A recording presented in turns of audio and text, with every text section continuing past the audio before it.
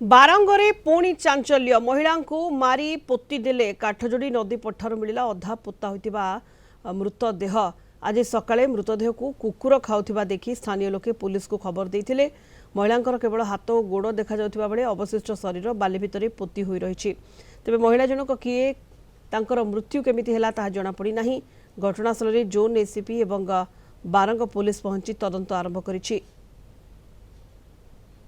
अधिक सूचना गौतम राउत बारंग रिपोर्टर आम सहित जोड़ी होती सीधासलख। गौतम महिला मृतदेह अधा पोता अवस्था ठाब होती पुलिस घटनास्थल में पहुंची कि भाव में तदंत आग को बढ़ुची। गौतम निश्चित रूप सुनीता जहाँ सूचना रही कि आज सका बारंग ब्राह्मणी गाँ निकट जो काठजोड़ी नदी पठारे गोटे महिला मृतदेह पोता जाइथिबा देखा मिलता एवं कुकुर माने जो मृतदेह को खोली खाऊथिबार स्थानीय लोक देखिथिले। देखिया पर पुलिस खबर देइथिले। तबे महिला जनक किए एवं परिचय बर्तमान सुधा स्पष्ट हैनी। बर्तमान बारंग थाना पुलिस जोन एसीपी एवं बर्तमान साइंटिफिक टीम घटनास्थल पहुंची विभिन्न दिग तदंत करुच्ची, विभिन्न नमूना संग्रह करुच्ची। ये हूँ सीधासल दृश्य। आम प्रतिक्रिया ना चेष्टा करवा। स्थानीय किसी लोक अच्छा सठिक भाव कहींपारे महिला जन किए कौन घटना घटला बोली। आज्ञा कौन कहे ये जो मृतदेहटी बाली में पोतेगी रही कौन केमती आप देखा पाइले कौन घटना आज्ञा सेमती कहीपर सका लोक झाड़ा आसला देखिले जे गोटे शव बाहरी सागे सागे आम पुलिस प्रशासन खबर देलु। पुलिस भाई मैंने सागे सागे आसी पहुँचले।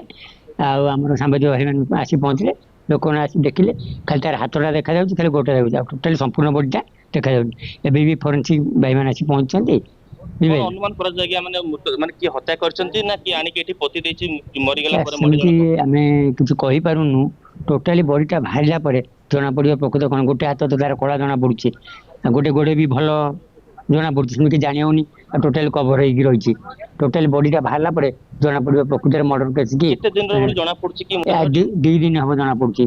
काना काली किछि जना नथिला, आज सकाळ में लोक देखिले। ए नदी पठारे एई भले अंचल के जीवा आसिया मध्ये देखा जायनी जे भली हम देखुछु अंचल, किंतु लोक माने केमति एठी आसिले केमति देखा पाइले। लोक माने एपटे सकाळ आसंती गाधेई झाड़ा फड़ा आसंती कि संध्या न आसंती, किंतु सकाळ गाधेई तापरे संध्या भी आडा जमुचंती। लोक माने आसी मद फद बसी सेठी सब पिउचंती ए जगह माने करी। देखो सुनता जहाँ स्थानीय लोक मैंने प्रतिक्रिया जे स्पष्ट है महिला परिचय किंतु जो भाई लोक कहते एठारे नदी कूल बाली जो मृतदेह पोताहित जाना पाई कुकुर मैंने जिते दुर्गंध पाई जो बाली खोली थे मृतदेहटी बाहर को आसाला। केवल मृतदेह महिला हाथटी जली पड़ जाता देखा कला पड़ जाए गोड़ भी देखा महिला जनक शाढ़ी पिंधि बर्तमान सुधा कौन स्पष्ट है हत्या करी आनी पोती देती कि स्थानीय कौन जो श्रमिक मैंने हूँ कि जो मैंने निकट में कम कर किसी मृत्युवरण कर आनिकी परिजन एठारे पोती पारती से कौन स्पष्ट है। पुलिस कौन स्पष्ट सूचना देनी। सोनिता भाव में वर्तमान पर्यंत महिला परिचय स्पष्ट होनी, मृत्यु किभली हेला ता मते जणा पड़ेनी। तेबे पुलिस घटनास्थल में पहुंची तदंत आरंभ करिछि। धन्यवाद गौतम राउत बारंग रिपोर्टर आम सहित सीधासलख जोड़ी होइतिले।